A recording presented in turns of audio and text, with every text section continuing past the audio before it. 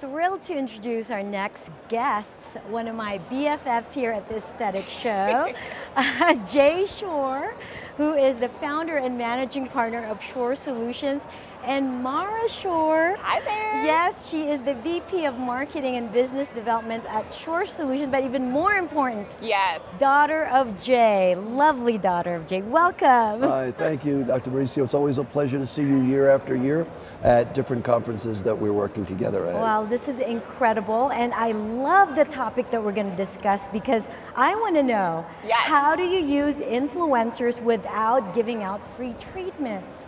You know, it's an age-old problem that is of this particular age, and we have every single client that we have, they're asking us more and more about influencer marketing, and people— So important. Yes, and you know, we were talking about this today, they're self-deemed influencers from time to time, and it's knowing who your target market is and having everything in place ahead of time, right? Because I think what happens is that somebody comes to them, Yes. and an influencer comes to a practice, and they say, I want you to give this to me for free. And that's it. There are no metrics put into place. There's no contract put into place. Nobody knows the expectations ahead of time. Right, I mean, and I've experienced that myself because obviously, you know, you want to build a brand, Yes. And influencers are so important.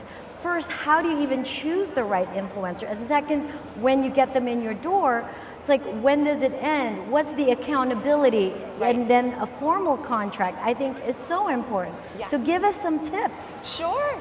So we say that you want to do your research, making sure that the influencers that come to you are the right target market for you, the right age demographic, they have the right audience, right? Is it the right geographic?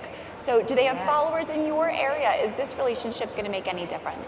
And putting all of those numbers into place. So Jay has a saying, and we all know it, is that what gets measured gets managed, and vice versa, right? So we talk about this and we work with clients, and we know that we've had influencer marketing gone wrong. And you've worked with quite a few clients on that in the past, and we work, and Jay has been negotiating all sorts of contracts for our clients for years. And this is just a new type of contract that comes into play.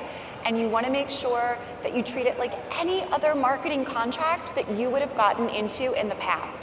And so I think a lot of practices, they're used to that, yes, you'd have key performance indicators and metrics for TV, for radio, for all of those other more traditional marketing, and this is no different. So Jay, and even talk about when you even would go and look with, when you used to advertise in the practice, television, radio marketing, what did you expect from those campaigns? Because it's not really all that much different. It's so true. Very interesting, Yeah. because when you decide that you want to market to a specific type of a product or a procedure or a surgical procedure, today the word influencer means so much, because there are so many people that claim to be influencers. That's it. My daughter bought me this shirt that says influencer, because anybody can be an influencer. Like, Anybody that can buy a t-shirt from Target is now Correct. an influencer, right? I actually like to think that one of my biggest claims to fame is that I was an influencer. And people say to me, well, what do you mean you're an influencer? I said, well, I'm a father.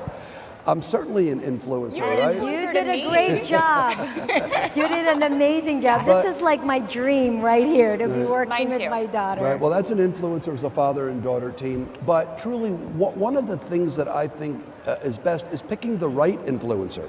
Yes. Right. So pick an influencer that is a target to your specific market. Don't have a male as an influencer to a female type of a product. And if you're trying to attract to the male population, have a male. Right. But don't have the key typical square jaw model influencer that's targeting and marketing to a product of the typical average male that is not that type of a Right. So person. they have to be relatable, Exactly. right? Exactly. And ask so that you know ahead of time, what does each party expect? So what does the influencer expect from the practice? And what does the practice expect from the influencer? And how are you going to look at those metrics afterwards to see, was this a successful campaign? Right. I think that's the big issue for me, is accountability. Because, Correct. you know, they can keep coming for more and more treatments, but then you're like, how do you measure is it, are you really getting the return on your investment? And you guys are saying don't even give free treatments, is that true? Or make sure you're getting a return on investment? Make sure you're getting a return on your investment. We say an ROI, Jay, it's the same ROI percentage that we look at for all other marketing, and I'll let you give that number. Well, look, there is really a cost to doing something for free. Now, Right, that's whether or true. not you're able to get product or sample products or even skincare products Sure. from vendors, there's still a cost when you give away a product. You as a surgeon, you as a dermatologist, Correct. you have Overhead. to know Yes. your overhead and your time Correct. is a cost associated with it. People don't realize that. They say, well, my time was just my time. And I said, no, that's not true. So you have to measure and manage, what did that influencer bring to me? I personally will give away a lot of things if I know that you're gonna get a bringing me big back bang for something. your- But let me yes. make one real important point and let Mara close with it. People don't really understand that influencers are patients. And don't ever treat an influencer any different than you would treat any patient, from consents to photography. Right. Don't have an influencer that tells you you can't use my before and after photos. That's the purpose of What's the having point? an influencer.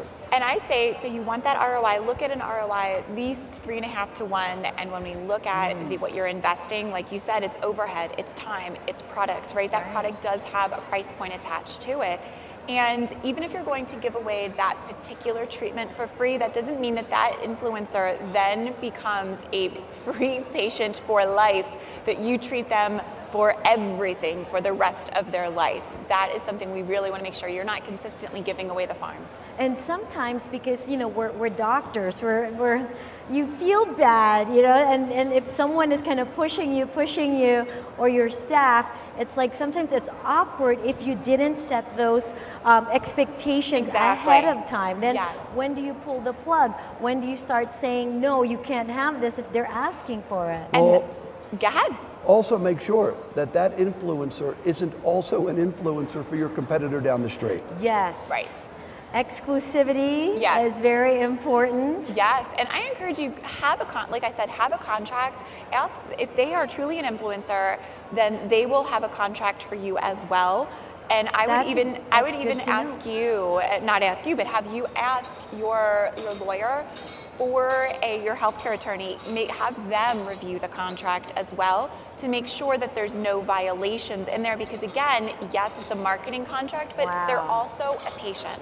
So, and making sure that you set those parameters right up front, it's going to help you out of those awkward conversations later, because this is the deal. This is what we agreed upon. This is the treatment. Right. You don't get free treatments in perpetuity. That's not how this works. Or if you're not posting or whatever it is, because that's it's like, how it do all you out. approach them if you never knew what is expected? Yes. And We shouldn't, as a medical practice, be honored by the fact that the influencer is representing us. Wow, we have ABC, XYZ, whatever the name of that person is, we have them representing our brand. Yes. Also, the influencer should be honored to be able to represent Dr. Mauricio, because there are far less qualified people to represent. And as an influencer, I would be honored to be the representative of you and your practice. Right, and I think choosing the right influencer who's not just there, for free treatments, but actually believes in you, Yes. believes in what your practice stands for, and it is an authentic Yes. endorsement is key. For Absolutely. me, that's the most important. And I encourage you, when you work with an influencer, and we're talking on this tomorrow as well, we're going to be talking about this, but give them, as you practice, give that influencer your brand guide so that they can talk in an educated manner about your practice. Give them your brand guide. How do you talk about yourself? What is the practice's mission? What does the practice reflect? What are some of the practice's greatest achievements? Do you do mission work? Have the influencer talk about some of your mission work. How do you want to be known in the community? Such great advice. Lastly, don't sell the product. Don't have the influencer sell the neuromodulator, the dermal filler. Everybody sells those. Have the influencer sell you. Yeah. Correct. Correct. It's Dr. Mauricio. Yes. There's so many people in town. Why should they come to you? Good question. Thank you, Jay. Thank you, Maura. So I great speaking with appreciate you it. again. All right.